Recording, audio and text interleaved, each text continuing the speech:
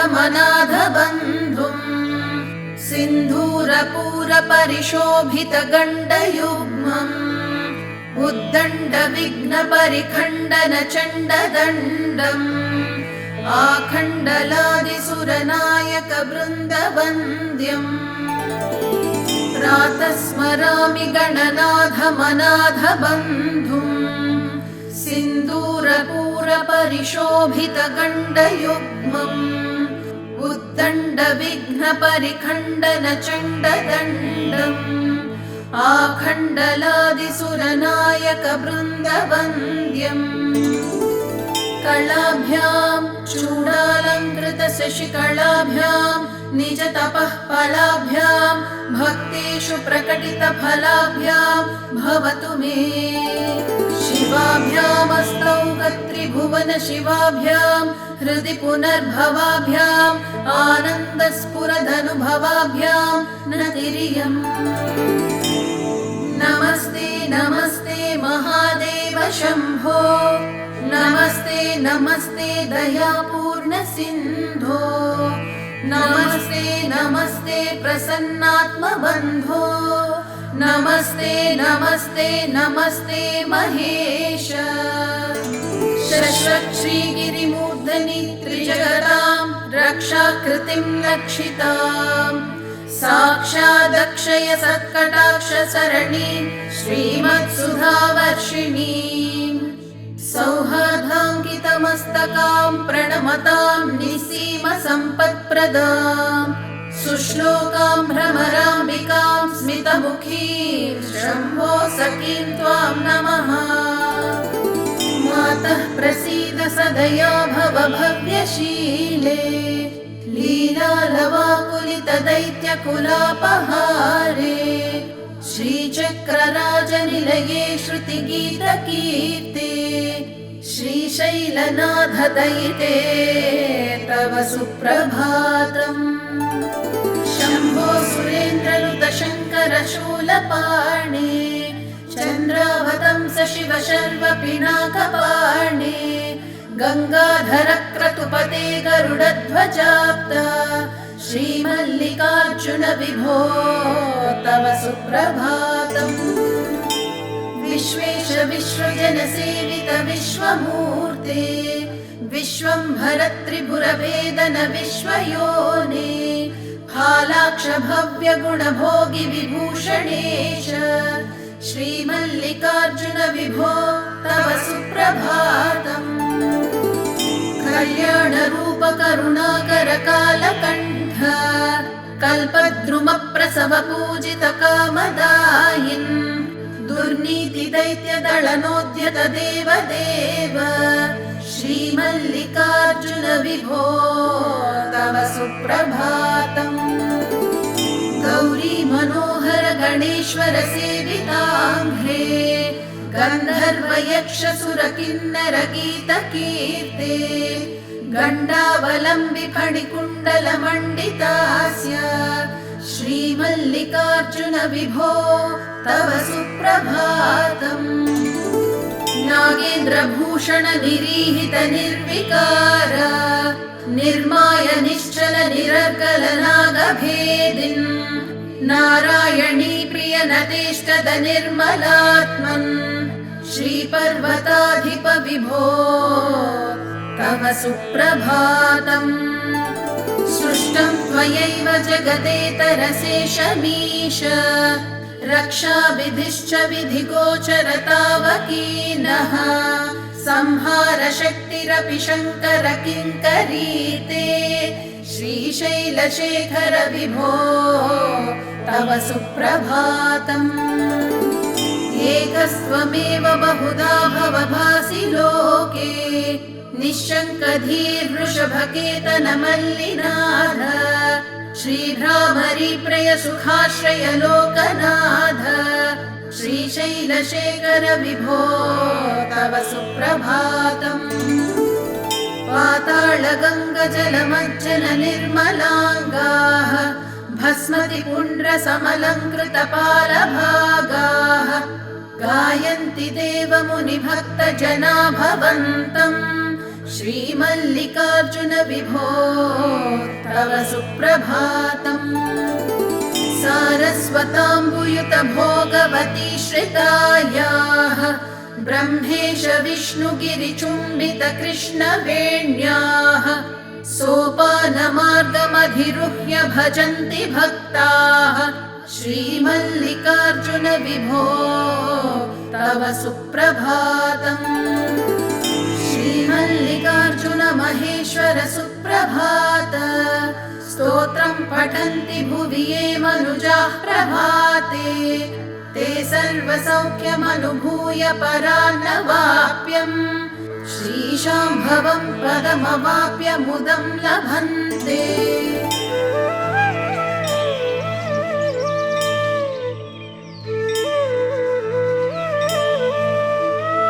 नमः शिवाभ्यां नवयौवनाभ्यां परस्पराश्लिष्टवपुर्धराभ्यां नगेन्द्रकन्या वृषकेतनाभ्यां नमो नमः शङ्कर पार्वतीभ्यां। नमः शिवाभ्यां वृषवाहनाभ्यां विरिञ्चि विष्टिवन्द्रः सुपूजिताभ्यां विभूतिपाटीरविलेपनाभ्यां नमो नमः शङ्कर पार्वतीभ्याम्। अनघं जनकं जगतां प्रथमं वरदं करशूलधरं सुलभम् करुणाम्बुनिधिं कलुषापहरं प्रणमामि महेश्वरमेकमहम्। अमलं कमलोद्भवगीतगुणं शमदं समदासुरनाशकरम् रमणीयरुचिं कमनीयतनुं नमसाम्ब शिवं नतपापहरम्। शिवं शङ्करं बन्धुरं सुन्दरेशं नटेशं गणेशं गिरीशं महेशम्। दिनेशेन्दुनेत्रं सुगात्रं मृडानि पतिं श्रीगिरीशं हृदा भावयामि। शिवं शङ्करं बन्धुरं सुन्दरेशं नटेशं गणेशं गिरीशं महेशम्। दिनेशेन्दुनेत्रं सुगात्रं मृडानि पतिं श्रीगिरीशं हृदा भावयामि। भृङ्गी च नटनोत्कटः करिमदग्राही स्फुरन्नादवाह्लादो नादयुतो महासितवपुः पञ्चेषु चाद्रुतः सत्पक्षः सुमनो वनेषु स्वपुनः साक्षान्मदीये मनोराजीवे भ्रमराधिपो विहरता श्रीशैलवासी विभुः। सोमोत्तं सुरपरिषदामेष जीवातुरीशः पाशच्चेत्ता पदयुगजुहां पुल्लमल्लीविकासः ध्येयो देवः प्रकटितवधूरूपवामात्मभागः श्रीशैलाग्रे कलितवसवतिर्विश्वरक्षाधुरीणः। वीणं पाणौ शिरसि तरुणोल्लासमेणाङ्कखण्डम् पार्श्वे वामे वपुषि तरुणीं दृक्षुकारुण्यलीला। भूतिं पाले स्मितमसि मुखे गाङ्गमम्बः कपर्धे बिभ्रप्रेम्णा भुवनमखिलम् श्रीगिरीशः सपायात्।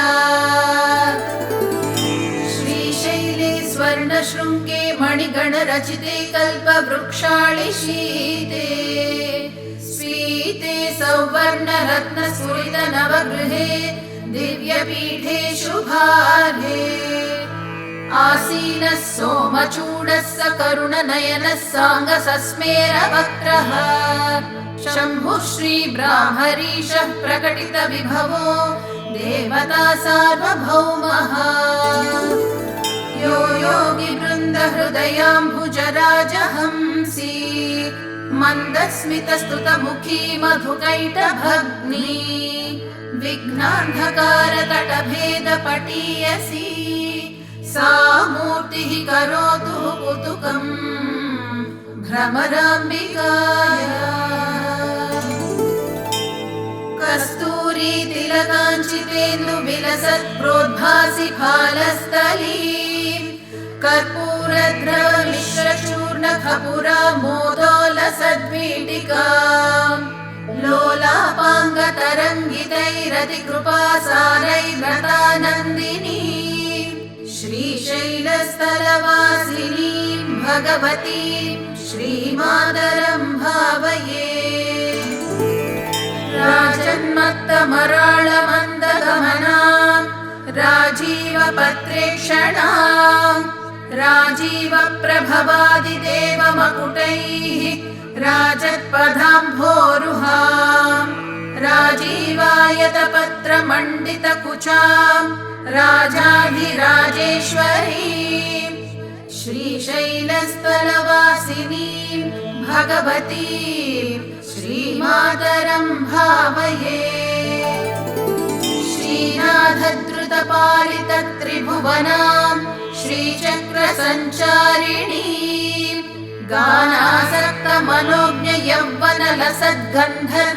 गानासक्तमनोज्ञयौवनलसद्गन्धर्वकन्याधृतां दीनानामतिवेलभाग्यजननीं दिव्याम्बरालङ्कृतां श्रीशैलस्थलवासिनीं भगवतीं श्रीमातरं भावये उभौ दर्वीकुम्भौ मणिकनकसम्भावितगुणौ दधाना पाणिभ्याममृतरसमृष्टान्नकलितौ कलभ्या कल्याणीकलितसदना श्रीगिरिशिखरस्य सौभ्रामर्यम्बा रचयितुमधिष्ठार्थविभवम् उभौ दर्वीकुम्भौ मणिकनकसम्भावितगुणौ दधाना पाणिभ्याममृतरसमृष्टान्नकलितौ कलाभ्या कल्याणीकलितसदना श्रीगिरिशिखरस्य सौभ्रामर्यम्बा रचयितुमधिष्ठार्थविभवम्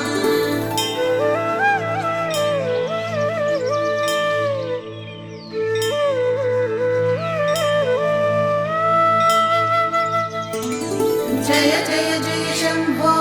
जम्भवित्पूर्वदेव प्रणतपदसरोजद्वन्द्वनिर्द्वन्द्वबन्धो जय जय जय जन्मस्तेव संहारकार प्रणय सगुणमूर्ते पालयास्मान् प्रपन्नान् जय जय जय शम्भो जम्भवित्पूर्वदेव प्रणतपदसरोजद्वन्द्वनिर्द्वन्द्वबन्धो जय जय जय जन्मस्तेव संहारकार प्रणय सगुणमूर्ते पालयास्मान् प्रपन्नान् मधुमुखं पल्लवपाङ्गरेखम् अखण्डितानन्दकरप्रसादम्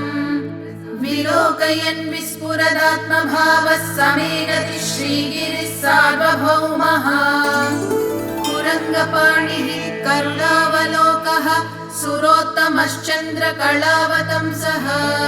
वधूसहायः सकलेष्टदाता भवच्यतौ श्रीगिरिभाग्यराशिः सन्ध्यारम्भ विजृम्भितं श्रुतशिरस्तानान्तराधिष्ठितम् सप्रेमं भ्रमराभिराममसकृतं सद्वासनाशोभितम् भोगीन्द्राभरणं समस्तसुमनः पूज्यं गुणाविष्कृतम् सेव्ये श्रीगिरिमल्लिकार्जुनमहालिङ्गं शिवालिङ्गितम् यामूलं सचराचरस्य जगतः पुंसः पुराणी सखी व्यक्तात्मा परिपालनाय जगतामाप्तावतारावलिः दुष्टध्वंस सदिष्टदानविधये नानासनाध्यासिनी श्रीशैलाग्रनिवासिनी भवतु मे श्रेयस्करी भ्रामरी यत्तेजः परमाणुरेतदखिलम् नानासुरन्नामभिः भूतं भावि भवच्चराचर जगद्दत्ते बहिश्चान्तरे स साक्षात् भ्रमराम्बिका शिवसखी श्रीशैलवासोत्सुका दिश्यादाश्रितलोककल्पलतिका श्रेयांसि भूयांसि नः शरणं तरुणेन्दुशेखरः शरणं मे गिरिराजकन्यका शरणं पुनरेव तावुभौ शरणं नान्यदुपैमि दैवतम् शरणं तरुणेन्दुशेखरः शरणं मे गिरिराजकन्यका शरणं पुनरेव तावुभौ शरणं नान्यदुपैमि दैवतम्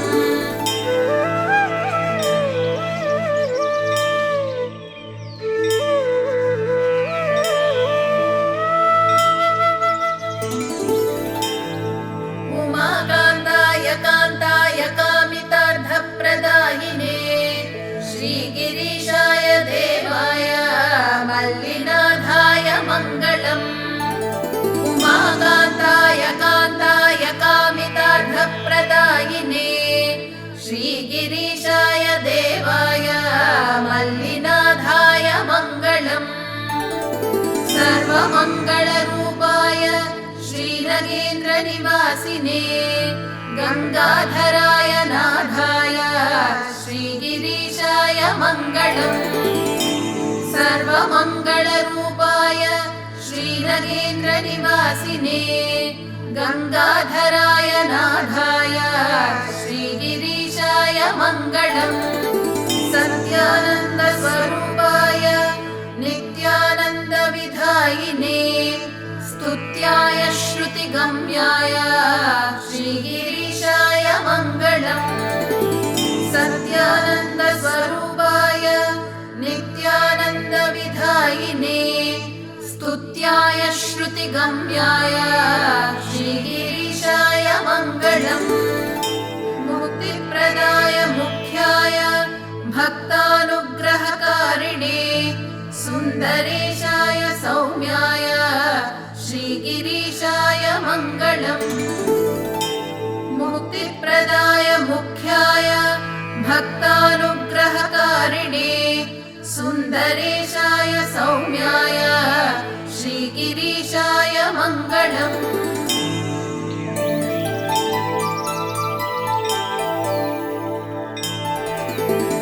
गौरी मनोहर सुरासुरमौनि वृन्द संसेविताङ्घ्रियुगचन्द्रकलावतंस कैलासवास करुणाकर भक्तबन्धो श्रीशैलनाथ चरणं शरणं तवास्मि गौरी मनोहर सुरासुरमौनि वृन्द संसेविताङ्घ्रियुगचन्द्रकलावतंस कैलासवास करुणाकर भक्तबन्धो श्रीशैलनाथ चरणं शरणं तवास्मि भक्तार्तिहार भवबन्ध विनाशकेश दिव्यापगाकलितकान्त जटाकलाप शेषाहि भूषवृषवाहन व्योमकेश श्रीशैलनाथ चरणं शरणं तवास्मि भृङ्गीश सेवित गणेश कुमारदात मृत्युञ्जय त्रिपुरदानवभेदकारिन् पाणाभुपात मृगडामरुकत्रिशूल श्रीशैलवास चरणं शरणं तवास्मि नागेन्द्र चर्म वसनाग्निरवीन्दुनेत्र नारायणी प्रिय महेश नगेश शम्भो मौनि प्रियाश्रित महाफलदोग्र रूप श्रीशैलवास चरणं शरणं तवास्मि सर्वार्तिभञ्जन सदाशिवदानवारे पादप्रहार कलितोत्तममूर्धभाग यक्षेश सेवित पदाब्ज विभूतिदायिन् श्रीशैलवास चरणं शरणं तवास्मि श्रीभ्रामरीश मदनान्तक कृत्तिवास सर्पास्तिरुण्डकलितामलहारधारिन् भूतेश खण्ड परशोभव बन्धनाश चरणं शरणं तवास्मि सर्वागमस्तुत पवित्र चरित्रनाथ यज्ञप्रिय प्रणत देव गणोत्तमांग कल्पद्रुम प्रसव पूजित दिव्यपाद श्रीशैलवास चरणं शरणं तवास्मि शम्भो गिरीश हर शूलधरान्धकारे श्रीशैलवास भ्रमराम्बिकया समेत श्रीपार्वती दयित साक्षि गणाधिपेड्य श्रीशैलवास चरणं शरणं तवास्मि श्रीशैलं शिखरेश्वरं गणपतिं श्रीहाटकेशं पुनः सारङ्गेश्वर बिन्दुतीर्थममलं घण्टार्कसिद्धेश्वरम् गङ्गां श्रीभ्रमराम्बिकां गिरिसुतामारामवीरेश्वरम् शङ्खं चक्रवराहतीर्थमहिषम् श्रीशैलनाथं भजे श्रीशैलं शिखरेश्वरं गणपतिं श्रीहाटकेशं पुनः सारङ्गेश्वर बिन्दुतीर्थममलम् घण्टार्कसिद्धेश्वरम् गङ्गां श्रीभ्रमराम्बिकां गिरिसुतामारामवीरेश्वरम् शङ्खं चक्रवराहतीर्थमहिषम् श्रीशैलनाथं भजे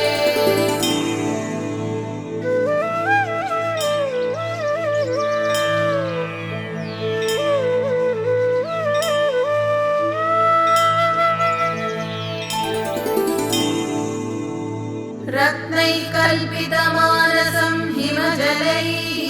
स्नानं च दिव्याम्बरम् नानारत्नविभूषितं मृगमदामोदाङ्कितं चन्दनम् जातिचम्पकबिल्वपत्ररचितं पुष्पं च धूपं तथा दीपं देवदयानिधे पशुपते हृत्कल्पितं गृह्यता सौवर्णेन वरत्नखण्डरचिते पात्रे घृतं पायसम्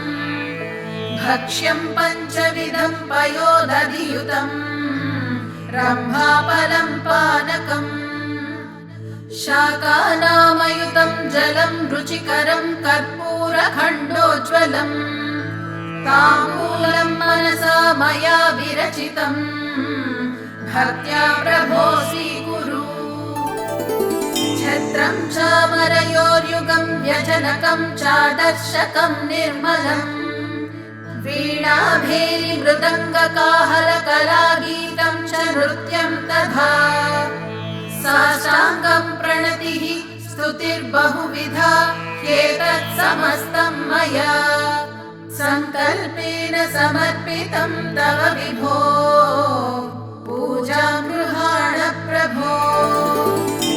आत्मा त्वं गिरिजामतिः सहचराः प्राणाः शरीरं गृहम् पूजारे विषयोपभोगरचना निद्रा समाधिस्थितिः सञ्चारः पदयोः प्रदक्षिणविधिः स्तोत्राणि सर्वा गिरो यद्यत् कर्म करोमि तत्तदखिलं शम्भो तवाराधनम् करचरणकृतं वा कर्म वा काजयं वा श्रवणनयनजं वा मानसं व्यापराधम्